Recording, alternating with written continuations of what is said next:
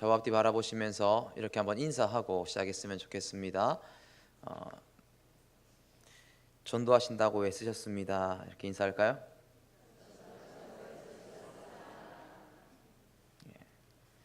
다시 한번 합시다. 주님 오실 때까지 애씁시다. 아멘. 정확한 통계는 아닌데 오늘 대략 몇 분 정도 오셨는지 인원을 체크해 보니까 한 130명 정도 오신 것 같습니다. 많이 왔죠? 네. 여러분들의 수고가 아니었다면 또 이웃 초청잔치를 잘 해낼 수 없었을 텐데 여러분의 수고 덕분에 또 노력 덕분에 귀한 열매를 맺은 것 같습니다. 혹시 한류 열풍을 일으킨 대장금이라는 드라마 보신 적 있으십니까? 보통 사극이라는 것이 주인공이 누구죠? 보통 왕이라거나 중신들과 고위층의 권력 다툼에 포커스를 둔다든지 그렇게 합니다. 그런데 이 드라마는, 이 대장금이라는 드라마는 거의 그림자처럼 존재했던 궁중에 음식 만드는 수락관 궁녀들과 의녀들의 삶에 조명을 했습니다. 이들은 여인이었고 계급사회에서 낮은 신분에 속했지만 각자 자기에게 주어진 일들을 최선을 다했고 전문성과 책임감을 가지고 임했던 사람들입니다. 찌개에 간을 넣는다는 것이나 특정 환자에 맞는 탕제를 다리는 거, 어느 것 하나도 대충 하는 게 없었고 최선을 다해서 임했습니다. 조선 왕조가 그토록 오랜 세월 버텨낼 수 있었던 것은 분명히 왕의 지도력도 있었겠지만 사실 그 저변에 장금이 같은 뒤에서 묵묵히 일했던 궁녀들, 이름 없이 빚도 없이 땀 흘리는 그 사람들의 수고가 없었다면 조선 왕조는 견실하게 이어지기가 어려웠겠다 생각이 됩니다. 하버드 대학원의 조셉 바다라코 교수가 있습니다. 이 사람이 자신이 쓴 책을 통해서 이렇게 말했어요. 조직을 움직이는 진정한 힘은 눈에 보이는 신화적 리더들이 아니라 주어진 자리에서 조용하고 성실하게 일하는 수많은 사람들의 노력과 아이디어들의 합이다, 이렇게 역설을 했습니다. 이 사람들은 눈에 보이는 화려한 스타나 영웅이 되는 것보다 무대 뒤에서 자기에게 맡겨진 일들, 때론 힘들고 귀찮지만 반드시 해야 되는 일들을 묵묵히 감당하는 사람들이었다라는 것입니다. 저는 대장금 드라마를 보면서 아름답게 이 드라마를 만들어낸 수락관 궁녀들의 삶을 보면서 오늘 읽었던 느헤미야 3장에 나오는 수많은 일꾼들의 이름들이, 또 모습들이 오버랩 됐습니다. 아무도 상상하지 못했던 예루살렘 성벽 재건, 여러분 140년 동안 그 어느 누구도 엄두를 못했던 일입니다. 그 무시무시한 페르시아 왕이 14년 전에 이 성벽을 세우는 일은 반역이다라고 이야기해서 못 박아서 멈추게 했던 일입니다. 그런데 그 느헤미야 한 사람의 영향력, 꿈꾸게 하는 그 비전 때문에 이스라엘 백성들은 하나님의 꿈을 이루어냅니다. 리더 역할이 그만큼 중요한 거죠. 우리 하늘샘교회라는 믿음의 공동체도 전도에 대한 비전, 한 영혼을 구원하고자 하는 하나님의 꿈을 이 교회의 질서인 담임 목사님을 통해 주셨기 때문에 저와 여러분은 한 영혼을 향한 아버지의 꿈, 하나님의 꿈을 이룰 수 있게 되었습니다. 좀 이럴 때 좀 아멘 좀 크게 나와주고, 좀 합이 잘 안 맞습니다. 좀 느헤미야의 탁월한 리더십은 느헤미야서 전반에 걸쳐서 나옵니다. 그런데 오늘 여러분과 제가 읽은 본문은 이 느헤미야의 공헌보다 오늘 읽고 나면 우리의 기억조차 남지 않을 그런 사람들의 이름들로 가득합니다. 3장 전체에는 42개의 지역 그리고 10개의 성문 4개의 망대를 재건했던 75명의 사람이 등장합니다. 그들이 얼마나 수고해서 성벽을 쌓았는지 그런 내용들이 나오고 있죠. 여러분 성경 읽는 거 쉽지 않으시죠? 오늘 좀 설교가 어려워질 것 같은 예감이 드네요. 늘 연초되면 올해는 성경 일독해야지 이런 생각 한 번씩 하는데 다 어디서 넘어집니까? 레위기에서 넘어지죠. 가는실, 꼰실, 청색실, 홍색실 하면 읽자마자 요단강 건너는 역사들이 일어나게 되죠. 신약이라고 어디 쉽습니까? 마태복음 딱 펼치자마자 누가 누구를 낳고 성경 읽는 게 참 쉽지 않습니다. 그런데 느헤미야에서도 이런 변수가 나타날 줄 어떻게 알았겠습니까? 모세나 다윗이라는 이름은 비교적 쉽습니다. 우리가 기억하기도 쉽고요. 그런데 여기 나오는 사람들의 이름 중에 뭐 하스나라든지 무세사벨이라든지 베랴가 이런 사람들의 이름은 어렵기도 하고 한번 들었다고 해서 또 기억하는 것이 쉽지가 않습니다. 근데 이 본문을 통해서 하나님이 저에게 개인적으로 주시는 은혜가 있었습니다.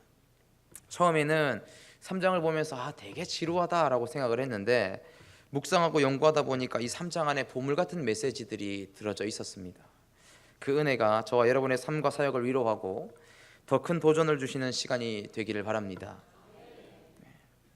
이제야 좀 우리가 다 읽지는 않았지만 1절부터 32절까지는 느헤미야가 성벽 공사에 동참한 일꾼들의 이름과 신상 명세서를 기록하고 있습니다.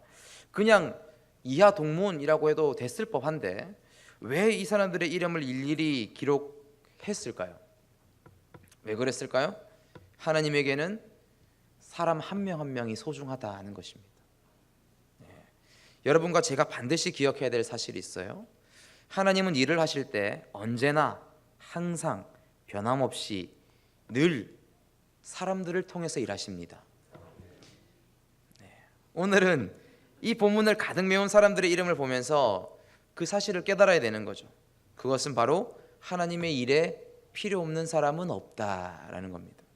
모든 사람은 하나님의 일에 필요하다. 저와 여러분이 그 하나님 나라를 위해서 부름받았다. 성벽 재건이 52일 만에 완공되거든요. 엄청난 페이스로 엄청난 속도를 받아서 일이 진행이 됐습니다. 그냥 집을 짓는 게 아니었습니다. 한 도시의 성벽을 재건하는 일인데 이게 어떻게 한 사람의 힘으로 가능하겠습니까? 모든 사람들이 한 마음을 품고 한 곳을 바라보고 함께 연합하고 함께 협력함으로 진행할 수 있었던 것이죠. 아무리 탁월한 사람이라고 하더라도 혼자서 하나님의 일을 다 감당할 수는 없습니다. 제가 목사는 됐습니다마는 아직까지 많이 부족합니다. 그런데 사역을 처음 시작했을 때는 더 부족했겠죠. 그때 제가 착각했던 것이 바로 이런 거였습니다. 사역자는 만능이어야 된다라는 생각. 사역자는 슈퍼맨이어야 된다. 못하는 게 없어야 된다. 뭐 예를 들어서 설교나 기도의 인도는 물론이고 찬양 인도도 잘해야 되고 상담도 잘해야 되고 재정관리, 행정, 또 운전도 잘해야 되고 커피도 잘 내려야 되고 인터넷도 잘 달 수 있어야 되고 방송 장비도 잘 다룰 수 있어야 되고 피아노나 기타 등 여러 가지 악기를 조금씩 다 다룰 수 있어야 되면서 데코할 수 있는 어느 정도 센스, 감도 있어야 된다. 그런데 사역자가 다 만능이어서 잘해서 그 모든 것을 사역자가 다 해버리면 교회에는 사역자만 있으면 되겠네요. 그렇죠? 하나님의 사건 속에는 독불장군이라는 것은 있을 수 없습니다. 아무리 개인이 탁월해도 연합과 협력 없이는 하나님의 사건이 우리 안에 온전히 이루어질 수 없다라는 것이죠. 느헤미야의 탁월한 리더십이 아니었다면 이들은 성벽 재건이라는 놀라운 하나님의 역사에 동참하지 못했을 겁니다. 그러나 이 75명의 일꾼들이 없이는 하나님이 느헤미야에게 주시는 그 비전, 그것 또한 이룰 수 없다라는 것이죠. 성도 여러분, 하나님에게는 중요하지 않은 사람이 없습니다. 여러분 한 사람 한 사람이 하나님에게는 중요합니다. 하나님 앞에 여러분의 가치가 중요하고요. 그리고 여러분의 역할도 중요합니다. 다시요. 하나님 앞에 여러분의 가치도 중요합니다마는 여러분의 역할도 중요합니다. 네. 여러분이 어떻게 해서 이 하늘샘 교회로 오시게 됐을까요? 하늘샘 교회가 또 다른 성도 한 명이 필요해서 그래서 저와 여러분들이 우리 모두가 이렇게 만나게 됐을까요? 아니면 여기에는 하나님의 깊으신 의도와 섭리가 있기 때문일까요? 예. 여러분 어떻게 생각하십니까? 여러분을 부르신 하나님의 뜻이 있습니다. 믿으십니까? 예. 그냥 의자에 앉아가지고 머리수 채우고 돌아가는 것이 하나님의 뜻이 아니고 여러분 한 사람 한 사람을 통해서 우리 교회를 통해 이루시고 싶어 하시는 하나님의 놀라운 뜻과 비전이 있음을 믿으시기 바랍니다. 그렇기 때문에 여러분의 역할이 중요하다라는 거죠. 하나님이 여러분에게 달란트도 주시고 재능도 주시고 은사도 주시고 열정도 주시고 기회도 주시고 시간도 주시고 재정도 주시고 이유가 있다는 겁니다. 무슨 이유요? 여러분, 이 오후에 하나님의 말씀을 통해서 내가 우리 하늘샘 교회에 있기 때문에 나를 통해서 이루어 가실 하나님의 비전이 있다, 이 메시지가 여러분의 귀를 때리고 심령에 박히게 되기를 주의 이름으로 소원합니다. 네, 좌우 앞뒤 바라보시면서 그렇게 한번 축복하며 시작했으면 좋겠는데요. 당신을 통해 이루실 꿈이 있습니다. 한 번 더 축복했으면 좋겠어요. 당신의 역할이 주의 교회를 세워가는데 아주 중요합니다.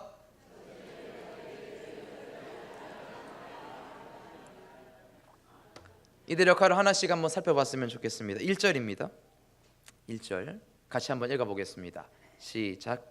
그때에 엘리야십이 그 형제 제사장들과 함께 일어나 양문을 건축하여 성별하고 문짝을 달고 또 성벽을 건축하여 함메아 망대에서부터 하나넬 망대까지 성별하였고, 첫 번째로 대제사장들과 그 형제 제사장들이 먼저 솔선수범함으로 헌신하는 모습들을 보입니다.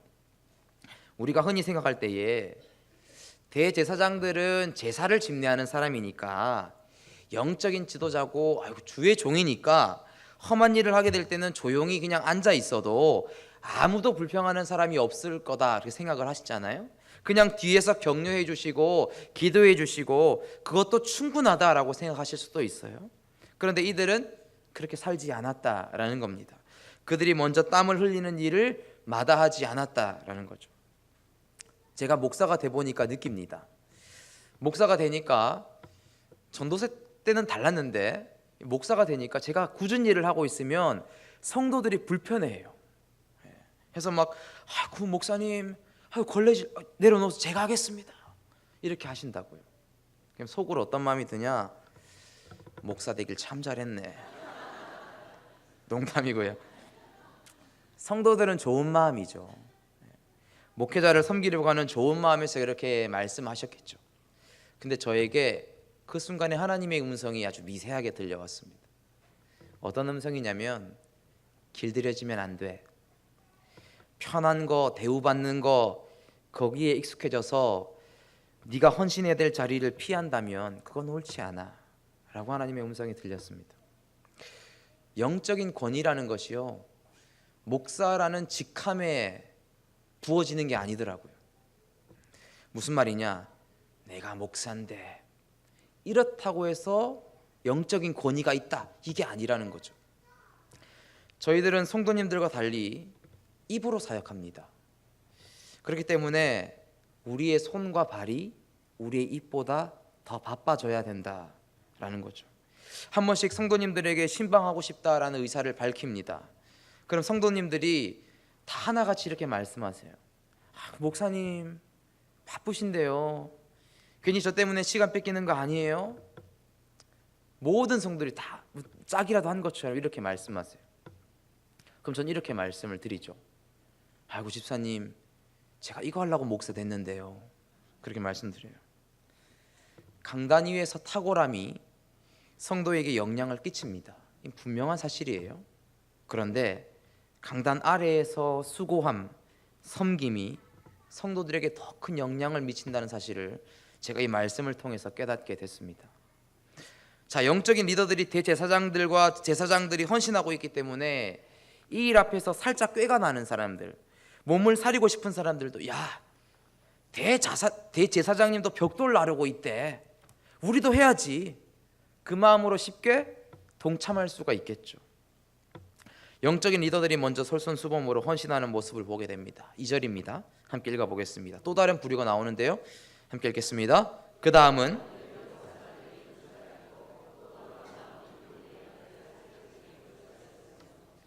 여리고 사람들이 등장하는데, 여리고 사람들은 예루살렘에서 27km나 떨어져 있는 사람들입니다.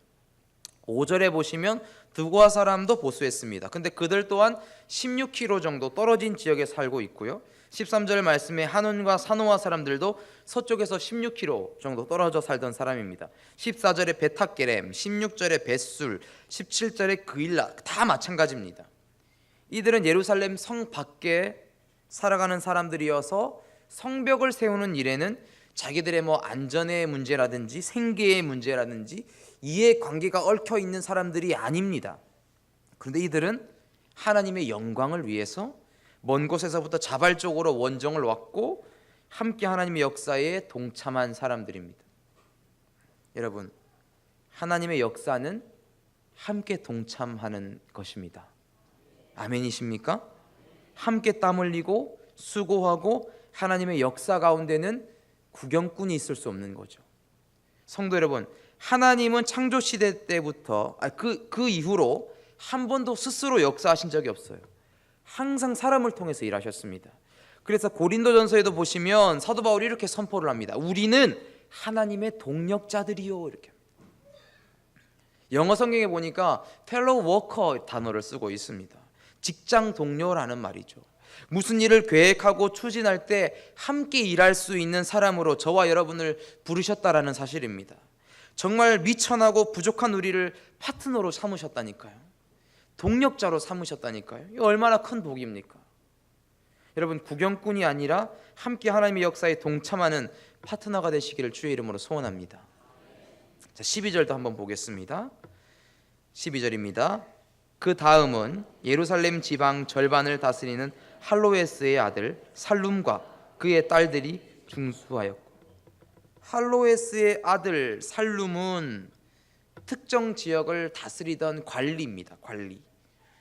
근데 살룸은 아마 아들이 없었나 봐요. 딸들을 데리고 나왔어요. 대단하죠. 여러분, 관리예요. 권세 있는 사람입니다. 딸들만 있으면 공주처럼 키우지 않겠습니까?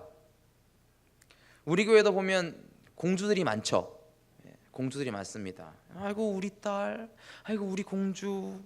근데 어느 나라 공주인지는 잘 모르겠는데 아무튼 공주라고 하니까 공주라고 믿고 보는 거죠. 손에 물 한 방울 안 묻히고 키웠겠죠. 근데 그 딸들을 데리고 공사에 협조, 동참한 겁니다. 대단하죠. 하나님의 일에 동참할 때는 자기가 여자라는 그 사실이, 그 한계가 한계로서 느껴지지 않는다는 겁니다. 오히려 그들은 한계에 갇히지 않고 불편함을 감수하면서 이 하나님의 역사에 동참했다는 거죠. 교회에 보면 여성도 없이 이루어지는 일은 없습니다. 그렇죠? 데코며 장식이며 식당 봉사며 포토존이며 안내며 남자들이 한다고 생각해 보세요. 하루 종일 걸립니다. 그거 진짜. 우리 교회 여성도님들에게 살룸의 딸들에게 임했던 복이 임하기를 소망합니다. 우리 교회 남성도님들에게도 살룸의 딸들에게 임했던 복이 임하기를 소망합니다. 자, 지금까지 모두가 다 열심히 일했어요. 열심히 땀 흘리면서 최선을 다해서 성벽을 재건합니다. 근데 이 성벽을 재건하는 일들 가운데 모든 사람들이 다 협조한 것은 아니었어요. 5절입니다. 같이 한번 읽어보겠습니다. 그 다음은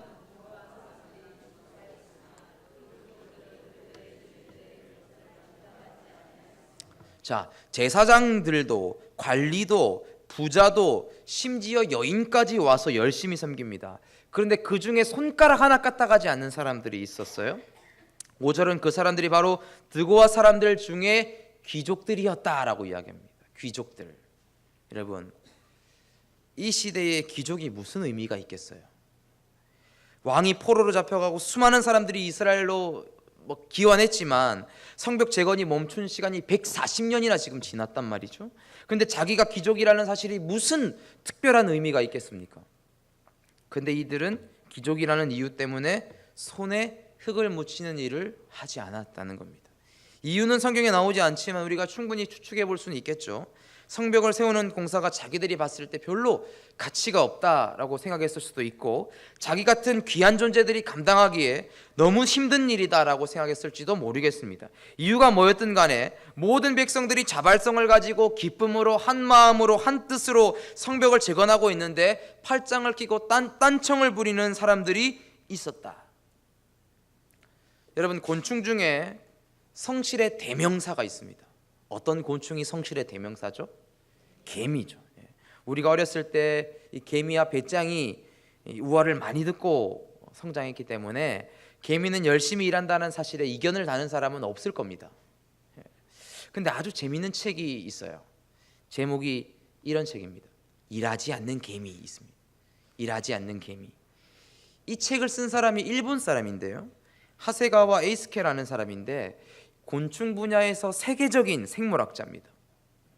근데 보니까 이 사람이 보니까 일개미의 80%는 우리가 알고 있는 것과는 달리 일을 하지 않고 게으르다라고 학설에 보고를 했어요. 그중 20%만 열심히 일을 하고 나머지 80%는 농땡이를 부린다는 거죠. 그 연구 결과를 발표하면서 인간 사회에 이 파레토 법칙, 일명 20대 80 법칙을 이야기했습니다. 어떤 조직이든 어떤 공동체든 20% 수고하는 사람들을 통해서 조직의 생산성이 나온다. 나머지 80%는 그렇게 열심히 일을 하지 않는다는 거죠. 그 이론, 세상의 이론을 교회에서도 똑같이 접목해 볼 수 있을 것 같아요. 어느 교회건, 교회가 수천 명이건, 교인 수가 작게는 100명 단위 교회건, 일을 하는 사람은 정해져 있다는 겁니다. 하나님의 일을 하는 사람이 있고 하나님의 일을 방관하는 사람이 있습니다. 하나님 앞에 몸을 던져서 헌신하는 사람들이 있는가 하면 그 헌신자들을 바라보면서 아무것도 하지 않는 구경꾼들이 있다는 거죠. 드고아의 귀족들은 손가락 하나 까딱하지 않았습니다. 하늘샘 교회는 이런 사람이 없기를 바랍니다. 하늘샘 교회도 그렇지만 교회고 사람들이 모이는 곳이기 때문에 이런 사람들이 있을 수는 있죠. 여러분 기억하셔야 됩니다. 그럼에도 불구하고 성벽은 지어지고 있습니다. 이해가 안 되시나요? 방해하는 사람들이 있어도, 무관심하게 책임을 지지 않는 사람이 있다 할지라도 하나님의 역사는 멈추지 않고 진행되고 있습니다. 하나님의 뜻은 이루어지고 있는 거예요. 누구를 통해서요?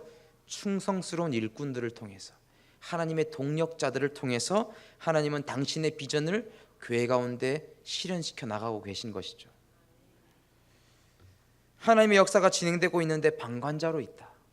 하나님의 역사가 진행되고 있는데 구경꾼으로 있다. 이 얼마나 불쌍한 인생들입니까?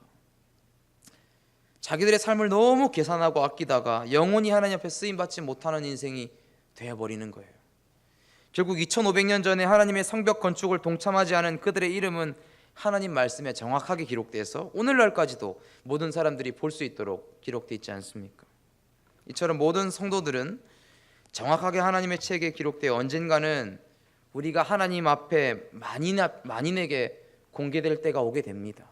사랑하는 성도 여러분, 주 예수 그리스도를 사랑하십니까?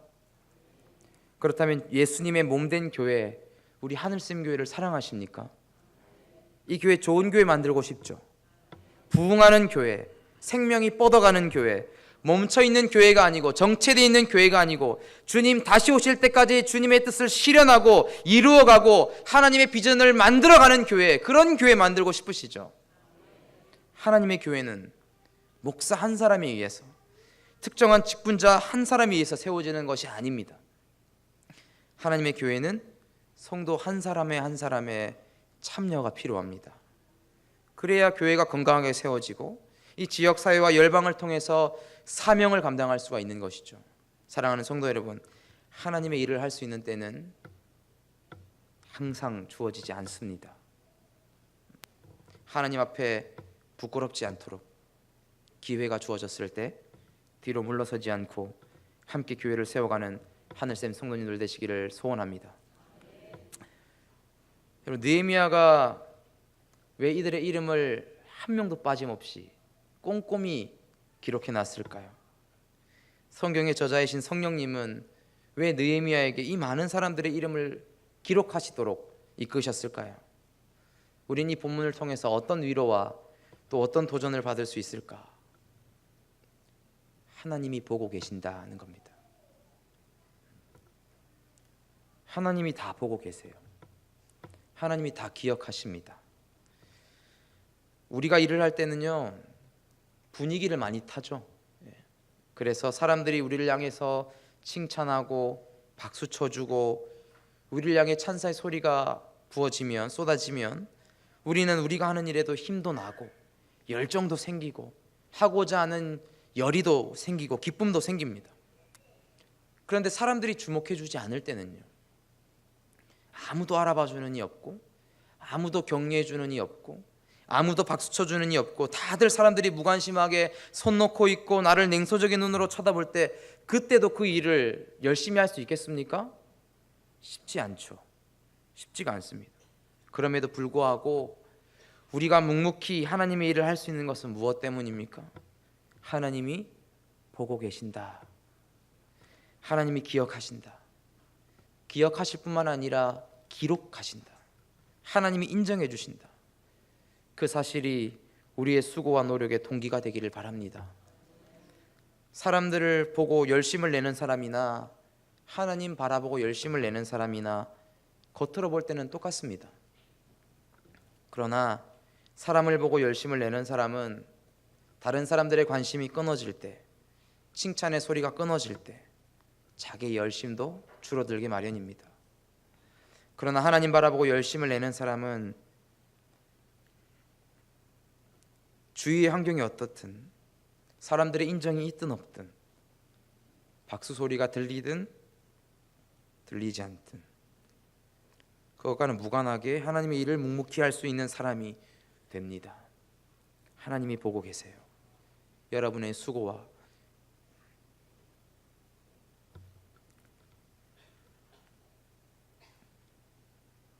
여러분, 이것이 우리의 위로가 되기를 바랍니다. 우리는 느헤미야서 3장을 읽어 내려가면서 발음하기도 힘든 이 히브리 사람들의 이름을 왜 이렇게 많이 기록했을까 생각할 수도 있겠지만, 아마 느헤미야는 이 3장에 수많은 사람들의 이름을 기록하면서 아마 가슴이 뜨거웠을 겁니다. 그런데 저도 이 느헤미야의 마음을 알 것 같아요. 이후 초청잔치를 준비하는 하늘샘교회 성도들의 모습을 저도 보게 됐습니다. 이 무더운 날씨 속에서 길거리 전도 나가시고 매주마다 주어진 미션을 완수하려고 노력하시고, 이후 초청잔치가 매끄럽게 진행될 수 있도록 세밀하게 꼼꼼하게 챙기시고 봉사하시는 성도님들의 모습을 봅니다. 수요 기도회 때, 수요 성령 기도회 때, 새벽 기도 때 안타까운 마음으로 눈물을 글썽이며 기도하는 성도들의 모습을 봤습니다.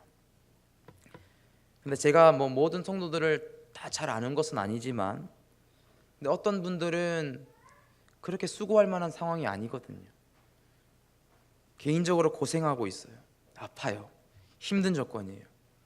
그런데 주님 앞에서 누구보다 열심히 교회를 위해서 한 영혼을 뜨겁게 섬기는 모습을 봅니다. 만약 그럴 일은 없겠지만 느헤미야서 말고 곤역준서 쓸 수 있었다면 저는 곤역준서 3장에 우리 하늘샘교회 성도님 이름을 기록할 것 같습니다. 이름도 없이 빚도 없이 수고하면서 쓰임 받는 것이 그저 감사할 뿐이지요.